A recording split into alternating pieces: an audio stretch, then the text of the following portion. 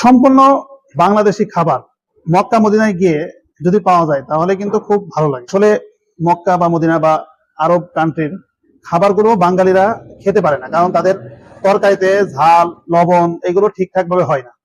এই জন্য আমাদের জন্য খাওয়া সম্ভব নয়।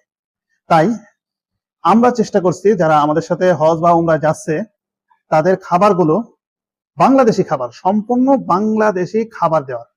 সকালে রুটি বা ডাল অথবা ডিম অথবা সুজি, এই ধরনের হালুয়া, হ্যাঁ।